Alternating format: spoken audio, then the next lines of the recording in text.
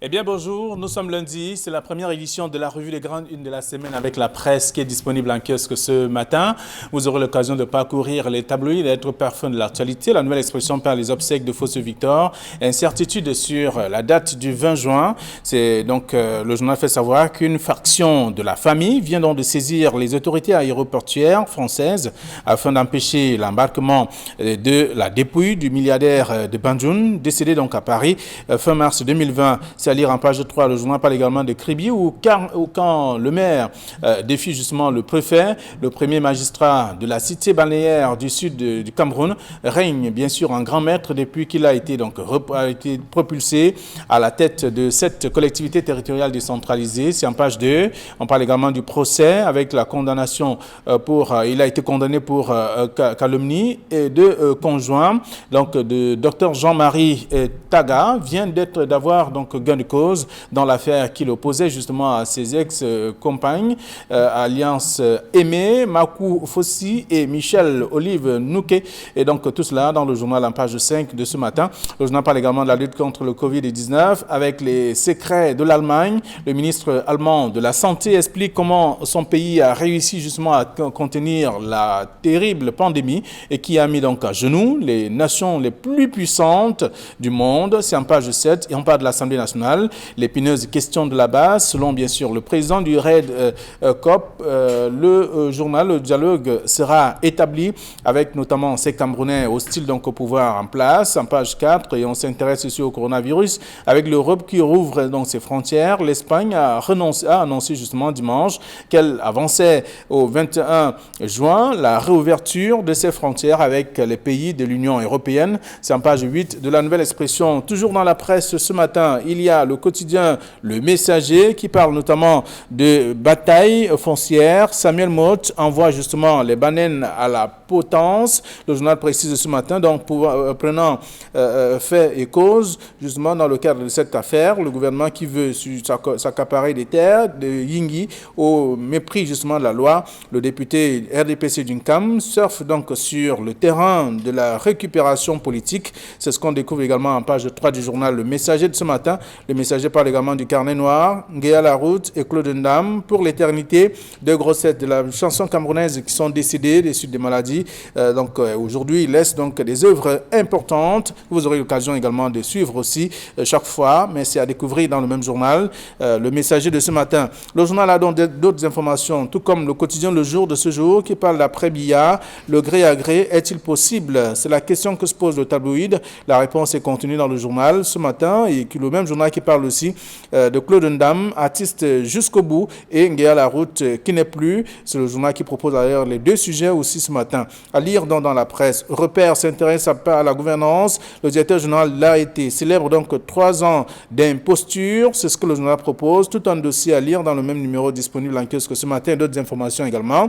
Mutation s'intéresse à Joseph Owona, le remplaçant de luxe. C'est ce que le journal propose. Un habitué en tout cas des jeux compliqués et c'est le joker du pouvoir. C'est comme ça que le journal le présente également ce matin. C'est un dossier que je vous invite à lire de la page 8 à la page 9. C'est Mutation qui a également d'autres informations. Et puis Intégration s'intéresse à autre chose, parlant de la zone CEMAC. La Guinée équatoriale et le mur de la honte, c'est ce qu'on peut découvrir dans le numéro disponible en kiosque ce matin. D'autres informations également à lire dans le journal. Et aussi, si vous faites un tour en kiosque, Émergence parle du palais des Toudi. Brenda Biya, source de grosses inquiétudes. C'est ce que le journal explique. La suite est contenue dans le journal ce matin. Le journal parle également des chantiers de la canne à Garoua, avec des prestataires qui réclament dans des factures impayées à Prime Potomac. C'est le journal qui propose également le sujet ce matin. Je vous invite à lire. Le journal parle également du tribunal criminel spécial vers la libération de Basile Tanganakuna. C'est une question que se pose le tabloïd. La suite également à lire dans le numéro disponible en kiosque ce jour. Et c'est donc dans la presse de ce matin. Le journal Le du Sahel parle donc d'énergie. 585 localités à électrifier dans le Grand Nord. C'est le journal qui le dit en page 3. Et d'autres informations parlant de Maroua où un éboulement de roches enseveli justement une adolescente. Cela fait un problème dans cette partie du pays et depuis le début des pluies également. C'est ce qu'on peut découvrir dans le journal et d'autres informations aussi dans le numéro de ce matin. Article du jour dans la presse, Cameroun Tribune qui parle de la lutte contre le coronavirus. Paul Biya aux côtés du corps médical avec notamment le don du matériel pour les médecins et aussi une ambulance. À la suite de tout cela, des dons remis ici par le ministre de l'administration territoriale pour la Tangandi au ministre de la Santé publique. C'est à lire dans le journal disponible en question ce matin. Le même journal parle également de 88 milliards de francs CFA pour 417 localités à électrifier. En tout cas, c'est un dossier que je vous invite à lire aussi dans Cameroun Tribune de ce jour. Le quotidien de l'économie qui en kiosque parle d'Emmanuel de Taïli, donc avec ce que je pense du JICAM et de son président. Le journal fait savoir qu'il est fier d'occuper la deuxième place, en tout cas au niveau de la présidence de cette structure. Et aussi le président général comme étant celui-là qui est donc un homme à tout faire et un homme de poigne dans le cadre de la gestion des entreprises au Cameroun. C'est ce que le dossier propose ce matin. Je vous invite à lire. Le journal a d'autres informations parlant du coronavirus avec le niveau de vie ce qui se dégrade donc dans les ménages. Le constat a été fait par le reporter de ce journal, l'économie. Je vous invite d'ailleurs à lire tout cela. En page 6 du quotidien disponible en kiosque, le journal Le Soir hebdomadaire parle de scandales, de corruption au ministère des Forêts et de la Faune, complicité, faux et usage de faux dans l'exploitation du bois en grume. C'est le dossier proposé également par le journal ce matin. Le journal parle également des ripostes gouvernementales contre le Covid-19. À Tangandi, remet donc l'appui exceptionnel du chef de l'État au ministre de la Santé publique. C'est dans le journal, tout comme le Joseph Bétier Assoma qui réceptionne justement le don du gouvernement chinois pour contrecarrer les actions du virus sur le terrain aussi. Alors, le journal indépendant parle de dévolution du pouvoir, retour à un successeur constitutionnel, c'est ce que le journal propose. Et nous apprend d'ailleurs ce matin que l'Assemblée nationale a adoubé davantage l'Assemblée nationale et le Sénat ont d'ailleurs adoubé Joseph Ovona pour lui donner les pleins pouvoirs de jouer le rôle qu'il a l'habitude de jouer. C'est le journal qui propose également l'information ce matin, l'Indépendant qui a d'autres informations aussi. Le journal L'Équation parle donc de réappropriation des terres Banen avec Samuel Mott dans les voies d'un plaidoyer constructif. C'est ce que le journal propose ce matin. C'est un dossier que je vous invite à lire, comme d'autres informations aussi contenues dans le même journal. Et puis le Popoli parle encore une vidéo sur les réseaux sociaux, bruit de casse donc au palais, c'est à lire dans le numéro de ce matin. Le journal parle également de Kameko avec la noyade programmée du DG et c'est ce qu'on découvre également en caricature dans le même journal. Le Popoli disponible en kiosque ce matin avec déjà nos invités sur ce plateau. Thierry Ngapé, bonjour et bienvenue. Bonjour Flavien Ndongo, bonjour à Bena Watana. Je dis également bonjour à tous les téléspectateurs de la revue des Grandes Unes sur Equinox. Merci d'être là. Bena Watana, bonjour. Good morning Nord-Ouest, good morning Sud-Ouest. Bonjour Thierry, bonjour. Et bonjour à tous les téléspectateurs de Equinox TV. C'est un plaisir d'être là ce matin pour parler des choses de la cité. Naturellement, surtout proposé par la presse. Et avec le messager de ce matin qui parle de Samuel Mott, avec aussi la question, cette bataille foncière, c'est plusieurs tabloïds, en tout cas, qui s'intéressent à cette actualité. Vous avez lu la presse, le sujet, le traitement que la presse a réservé à cet autre sujet? Oui, c'est d'autant plus que je suis un mounen, parce que généralement on dit un banen, c'est un abus de langage. On dit un mounen et des banen. Donc c'est une histoire qui prend ses origines en 1963, lors des guerres d'indépendance. Il y a eu les dernières poches de résistance pour des indépendantistes, justement dans la zone occupée par les Banen.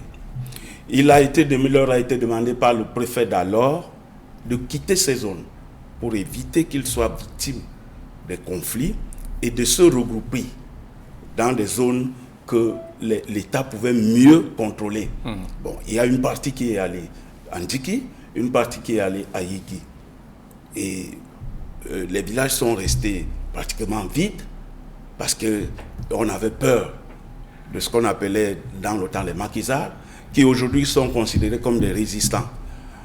Alors, le préfet d'alors leur avait dit, après que la zone sera pacifiée, l'État va vous favoriser le retour dans vos villages respectifs. 57 ans après, ça n'a pas été le cas.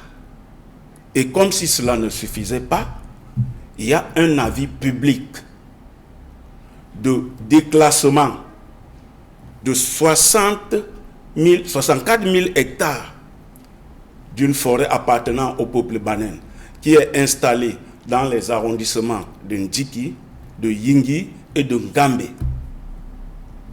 Et les Banen n'ont pas accepté ça à sa juste valeur. Parce qu'il s'agit de déclassement pour créer... On va aller aussi rapidement. L'État voudrait récupérer ces terres de toute façon. Pour créer une unité foncière de développement, d'aménagement. C'est-à-dire qu'un pôle de développement, effectivement, c'est un pôle de développement qu'on veut créer là-bas.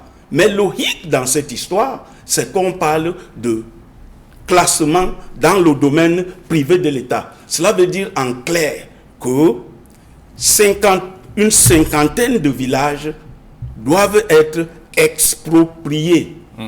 Donc, il y a des citoyens qui vont se retrouver... Ça avait été annoncé il y a 50 ans quand même. Non, c'est un avis qui date du 4 février 2020. Il y a 3 mois. Vous avez retracé l'histoire il y a quelques minutes, tout en rappelant que dès le départ, ça avait déjà été prévu. Oui, non, mais ça n'a pas été prévu. Ce n'est pas de cela qu'il est question. Cette forêt, une partie de cette forêt du peuple Banen a été... Il y a eu un avis qui dit que la forêt sera déclassée pour être classée dans le domaine privé de l'État. Jusqu'ici, ils étaient tout simplement des déplacés. Ils n'avaient pas perdu leur village. Donc là maintenant, si tout se passe comme cela est prévu, par cet avis, il y aura une cinquantaine de villages qui n'auront pas d'assises, de zones.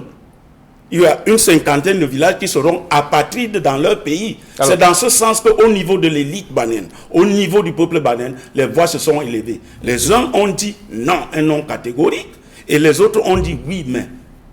Donc, c'est cette dernière tendance-là. Justement, cette dernière tendance, je vais expliquer. Cette dernière tendance est représentée par Mort, qui pense qu'on doit créer un comité qui va aller vers les pouvoirs publics pour en savoir plus. D'accord, alors la presse est largement revenue là-dessus ce matin, Thierry, pour dire qu'il faut simplement c'est une question d'entente. Il faut négocier pour aboutir à quelque chose de positif, pour éviter des éclats de voix tels qu'on l'entend depuis quelque temps. C'est qu'on voit que la problématique de ce terrain du côté d'une CAM nous renvoie à la problématique même de l'État avec les théories de Hobbes. Vous savez, quand les hommes se sont mis d'accord, quand les hommes se sont entendus pour céder une partie de leur pouvoir à l'État, afin que l'État puisse gérer la cité, la République, avec tout ce que cela peut comporter, cela avait nécessairement des répercussions et c'est ce que nous vivons. Parce qu'en principe, tout le monde sait que la terre appartient aux premiers occupants. Et les occupants, justement, du CAM, ce sont les Banen qui se sont appropriés ce terrain, ces espaces-là, qui les ont d'une manière ou d'une autre domestiqués, viabilisés. Benin est revenu sur ces guerres d'indépendance avec les incidences au niveau du déplacement des peuples. Mais il se trouve malheureusement que l'État veut simplement récupérer une partie de ces terres parce que c'est ce que dit la loi, c'est ce que les théories ont voulu. Aujourd'hui, la terre appartient à l'État, plus aux premiers occupants. Donc maintenant, qu'est-ce que l'État veut en faire? Une unité forestière d'aménagement. Bernard l'a dit tout à l'heure.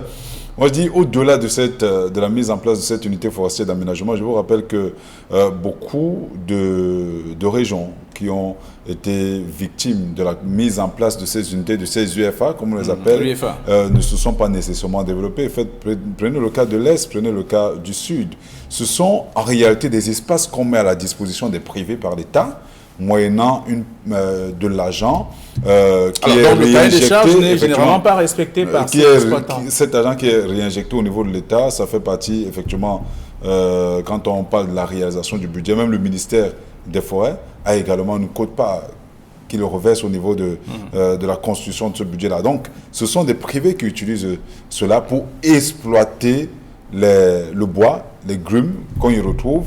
Parfois, et ce qui est marrant justement, c'est qu'au moment du respect de cahier de charges, les opérateurs économiques, notamment des forestiers, ne respectent pas l'essentiel de ce qu'on leur dit, notamment la viabilisation du coin, la localité, la construction des écoles, la les construction routes, des ponceaux, et bien l'électrification, entendu, tout ce que cela, effectivement, tout ce que cela peut comporter pour permettre aux populations de vivre dans des conditions optimales. C'est peut-être la raison pour laquelle les populations de Yingui sont inquiètes. Mais le développement lui-même n'est pas une mauvaise chose.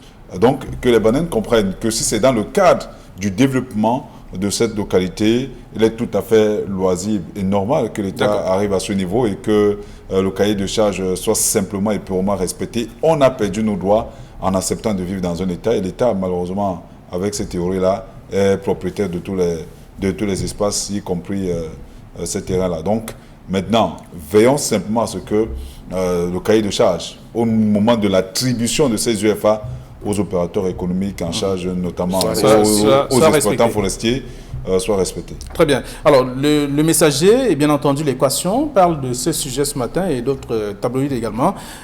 Donc, à la suite de cette sortie de l'honorable Motte, et bien sûr d'autres personnalités, en tout cas de cette localité, qui veulent simplement le rétablissement de l'ordre dans cette partie du pays. Alors, à lire toujours dans la presse ce matin, il y a Mutation qui revient et propose un titre parlant notamment de Joseph Ouna, le remplaçant de luxe. C'est comme ça qu'on le présente. Oui, il faut savoir que de prime abord, Joseph Ouna, c'est un professeur, c'est un constitutionnaliste de haut vol. Il est pratiquement l'auteur de la Constitution de la révision de la Constitution de 1996. On l'a rappelé au Conseil national au Conseil national constitutionnel. Certainement comme un homme pétri d'expérience, comme un homme qui est un constitutionnaliste, comme j'ai dit. Pour les mauvaises langues disent que c'est parce que il y a en téléchargement une certaine succession de gré à gré et qu'il serait l'homme de la situation par rapport à ce gré à gré, c'est-à-dire qu'il faudra réviser la Constitution, introduire un autre poste, celui de vice-président, comme on le dit dans les chaumières, et que après qu'on déclare qu'il y a vacances au niveau de l'État et que celui qui sera nommé comme vice-président puisse continuer. Non, je pense que c'est un constitutionnaliste, c'est un homme de la situation, c'est un homme petit d'expérience. Je crois qu'il sera utile pour nous. Il sera utile. En tout cas, le journal fait savoir ce matin qu'il joue généralement le rôle essentiel dans plusieurs situations et qu'on le présente ici comme étant le joker du pouvoir. Je ne sais pas, mais toujours est-il que la nomination est discrétionnaire. Tout le monde sait que à ce niveau, le chef de l'État est libre de mettre qui il veut, mais tout le monde sait quand même que Bernard l'a souligné tout à l'heure, c'est un constitutionnaliste de haut vol, c'est un agrégé en droit constitutionnel, l'un des meilleurs que compte d'ailleurs que compte l'Afrique. Il a eu à mener une brillante carrière en tant qu'enseignant d'université. Il a géré suffisamment avec des expériences et des fortunes diverses, certains ministères, y compris au niveau de la présidence de la République. Il a été au niveau du comité de normalisation, reconduit 2 fois entre 2013 et 2015. Tout le monde sait ce que cela a résulté jusqu'à présent. Les problèmes de la Fédération camerounaise de football n'ont pas été réglés. Il a l'expérience qu'il a.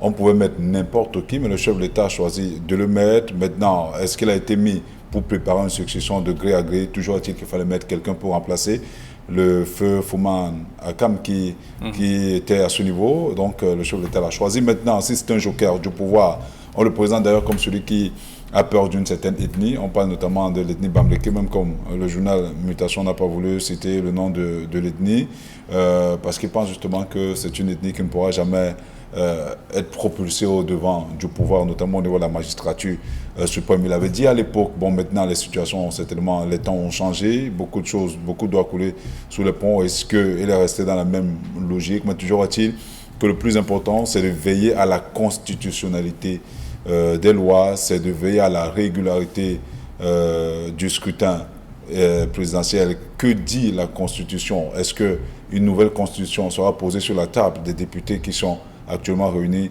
à l'Assemblée nationale et même au niveau du Sénat pour inclure un poste de vice-président. On n'en sait pas grand-chose. D'accord. Laissons l'avenir nous le dire. Et quand bien même ça sera le cas, je crois que ce n'est si tous les mécanismes sont réunis pour que cela obéisse à la Constitution, je crois que le Conseil constitutionnel ne sera là que pour veiller à ce que tout soit fait dans les règles de l'art. D'accord. Le journal qui rappelle également les circonstances dans lesquelles il a été donc nommé à ce poste et bien entendu quel est le rôle qu'il devra jouer. Je vous invite à lire le dossier proposé par le journal Mutation qui parle donc de la page 8 à la page 9 et quelques réactions également dans le dossier en question. Alors à lire toujours dans la presse, on parle aussi ce matin du quotidien Le Jour qui parle d'après-Mia. Le gré à gré est-il possible? C'est la question que le journal se pose. Je crois que nous sommes dans une république. Et une république a des lois. Une république a une constitution.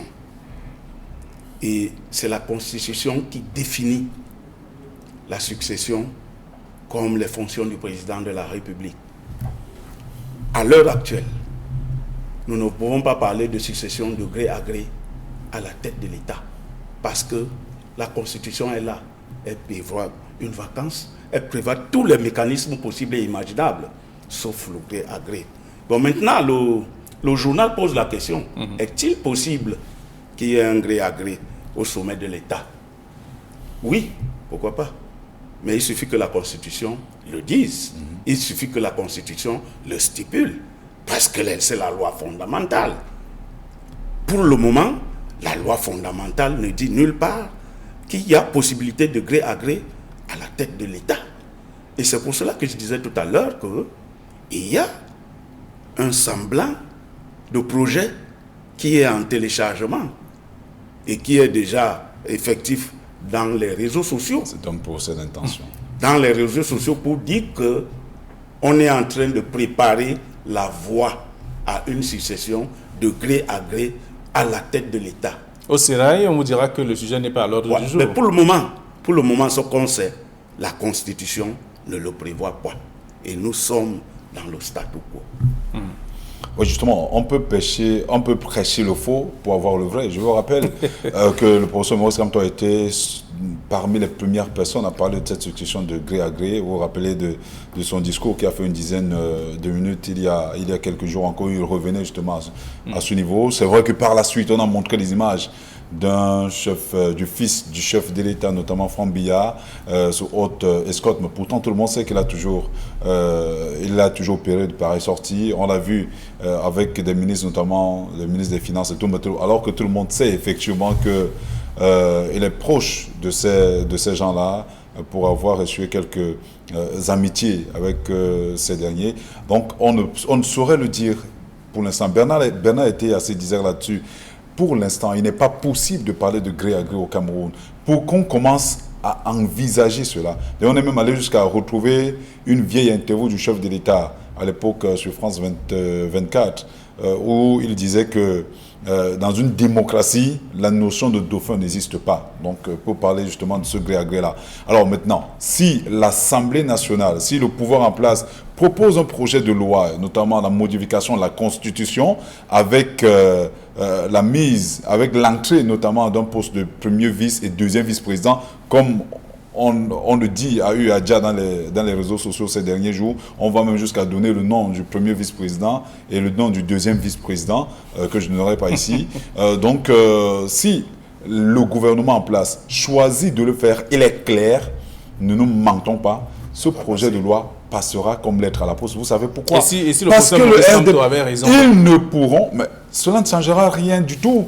Parce que je vous rappelle que le RDPC est majoritaire immensement à l'Assemblée nationale. C'est une majorité obèse. Donc, tout projet de loi que le gouvernement qui est proche du RDPC choisira, ce projet de loi passera comme lettre à la poste et le professeur Maurice Kamto n'aura rien à dire en dehors de faire constater. La seule chose qui pourrait peut-être faire reculer le gouvernement, c'est de voir les Camerounais descendre dans la rue, ce que beaucoup de Camerounais ne pensent pas. Donc, tout est possible. Pour l'instant, on ne saurait faire un procès d'intention au gouvernement. Laissons les choses. Quand on parlera de modification de la Constitution, on reviendra certainement sur ce plateau pour discuter sur le cadre. Et je vous rappelle que pour que le chef de l'État succède au président Idio, la Constitution avait été modifiée pour permettre au Premier ministre d'être le successeur en cas de vacance du pouvoir, le successeur constitutionnel du chef du président sortant. Donc, si le premier vice-président, par rapport à la modification de la Constitution, est le successeur constitutionnel,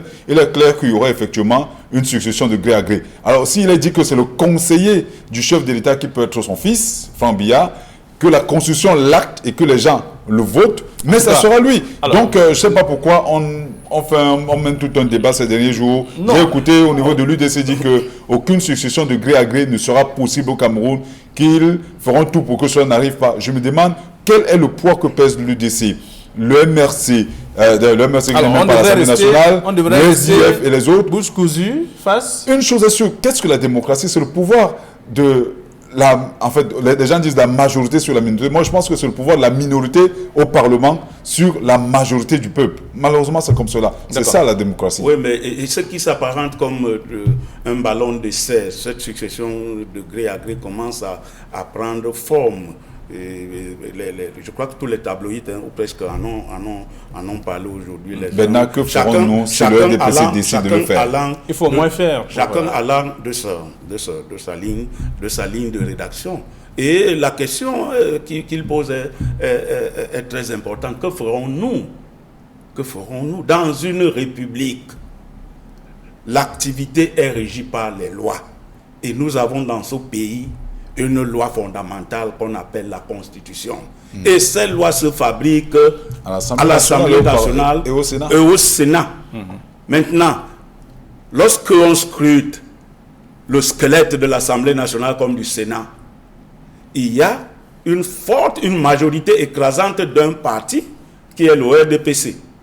Finalement, les autres partis politiques ne vont que subir la dictature le peuple entier du RDPC. Bon, maintenant, il n'est pas interdit quand même au peuple et aux autres partis, même s'ils ne sont pas représentés à l'Assemblée nationale et au Sénat, parce qu'ils concourent à l'expression de la démocratie, de dénoncer. On n'a pas dit le contraire, Bernard. De dénoncer et de dire que c'est une méthode antidémocratique. En tout cas, ça vaut la peine d'attirer l'attention. De toute façon, c'est ce qui est fait. Et la presse en parle également tout à l'heure que c'est une méthode antidémocratique. Non. C'est une méthode démocratique à la seule différence qu'elle est actée à l'Assemblée. Du moment où c'est acté par la loi fondamentale qu'est la Constitution d'un pays. Et si la Constitution d'un pays dit que la Constitution, en fait, si elle prévoit que la succession à la tête de l'État se fera de gré à gré, comme ça s'est fait avec le chef de l'État, on l'a souligné tout à l'heure, le RDPC étant majoritaire au Parlement, c'est-à-dire au Sénat, à l'Assemblée nationale, cela passera. Nous ne pourrons que dénoncer sur les plateaux de télévision. Les partis de l'opposition ne pourront que dénoncer. Le peuple, s'il peut descendre dans la rue sans subir des représailles, ne pourra que descendre dans la rue, mais cela sera acté et ils passeront à l'acte. Malheureusement, c'est cela la démocratie. D'accord, alors, on peut lire dans le journal Le Jour qui pose la question ce matin, le gré à gré est-il possible après Biya? Vous aurez l'occasion de parcourir le traitement qui a été réservé justement à ce sujet. La Nouvelle Expression parle d'un sujet qui taraude les esprits également ce matin, à Kribi précisément, le maire qui défie le préfet.